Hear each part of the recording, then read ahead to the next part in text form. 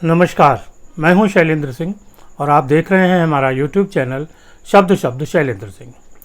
आज हम एक ऐसी समस्या पर बातचीत करना चाह रहे हैं जो पिछले कुछ दिनों से सोशल मीडिया पे वायरल हो रही है। सोशल मीडिया पर ही क्या, मीडिया में भी तमाम तरीके की खबरें उस घटना को लेकर छप रही हैं। घटना है मध्य प्रदेश के जबलपुर ज़िले की। कहा जाता है कि वहाँ एक लड़की है जिसने गैर धर्म में शादी कर ली है, यानी उसने मुस्लिम धर्म में अपना निकाह किया है। इस बात की जानकारी जब उसके माता पिता को लगती है तो वो दोनों उसको समझाने की कोशिश करते हैं और उसको अपनी तरीके से समझाते हैं। लेकिन चूँकि लड़की का जो पति और उसका परिवार था वो सब कोऑपरेट कर रहे थे और वो चाहते थे कि नहीं, शादी उनकी उसी घर में हो, लिहाजा लड़की भी अपने माँ बाप की बात मानने को तैयार नहीं थी। पुलिस थाना हुआ और ये तय हुआ कि चूँकि लड़की बालिग है इसलिए वो अपनी मर्जी से शादी कर सकती है। ऐसी तमाम घटनाएं होती रहती हैं, लेकिन इस घटना में थोड़ा सा अलग हुआ। वो माता पिता इतने नाराज़ हुए कि उन्होंने ये मान लिया कि उनकी लड़की उनके लिए मर गई है, और सिर्फ उन्होंने दिल में नहीं माना बल्कि अपनी लड़की के मरने का मृत्यु भोज भी दिया। उस मृत्यु भोज को पूरे कार्ड छपवाए गए और वो कार्ड सोशल मीडिया पे वायरल किए गए। इसी दौर में जब मृत्यु भोज उसके परिजन आयोजित कर रहे थे, इसी दौर में उस लड़की का जो मैरिज सर्टिफिकेट था और जो उनके दावत वलीमा और जो रीति रिवाज उनके कार्यक्रम होते हैं वो भी होता है। ये एक तरीके का अलग मसला है जो तमाम चीज़ें सोचने पे मजबूर करता है। इसी से जुड़ी एक और घटना अभी पिछले 15-20 दिन की होगी, उत्तराखंड की थी। उत्तराखंड में भाजपा के एक नेता की बेटी ने उत्तर प्रदेश में रहने वाले एक मुस्लिम परिवार से शादी करने का इरादा किया।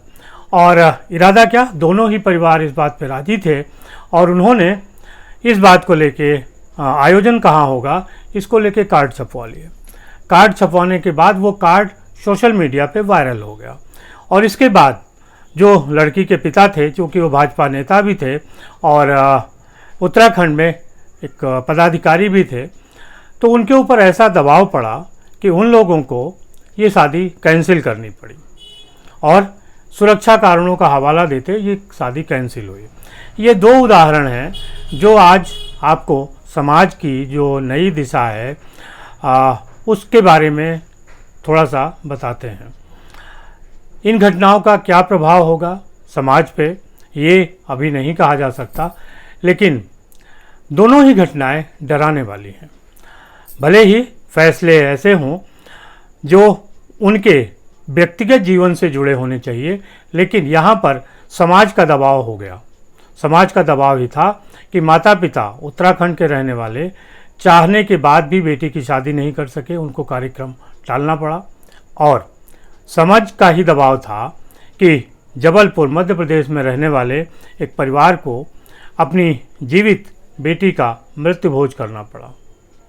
समाज किन रूढ़िवादी दिक्कतों को लेके चल रहा है और क्या आज के लोग उसको नई तरीके से देख रहे हैं? इन मुद्दों पर एक बार समाज को बैठ के विचार करना होगा और सोचना होगा कि इस तरीके की घटनाओं का क्या लाभ और क्या हानि हो सकती है। बहुत सारा डर माता पिता के मन में उन घटनाओं का भी है जहां लिव इन में लड़कियां गईं और उनकी हत्याएं हुई। ख़ास तौर से अभी 2-3 घटनाएं दिल्ली की हुई जिनको लेके हर माता पिता डरता है और शायद इसी वजह से वो बेटियों के फैसलों में बीच में आता है, क्योंकि उसे लगता है कि हो सकता है कि बेटी ने जो फैसला किया हो वो जल्दबाजी में किया हो, नादानी में किया हो, डर दबाव में किया हो।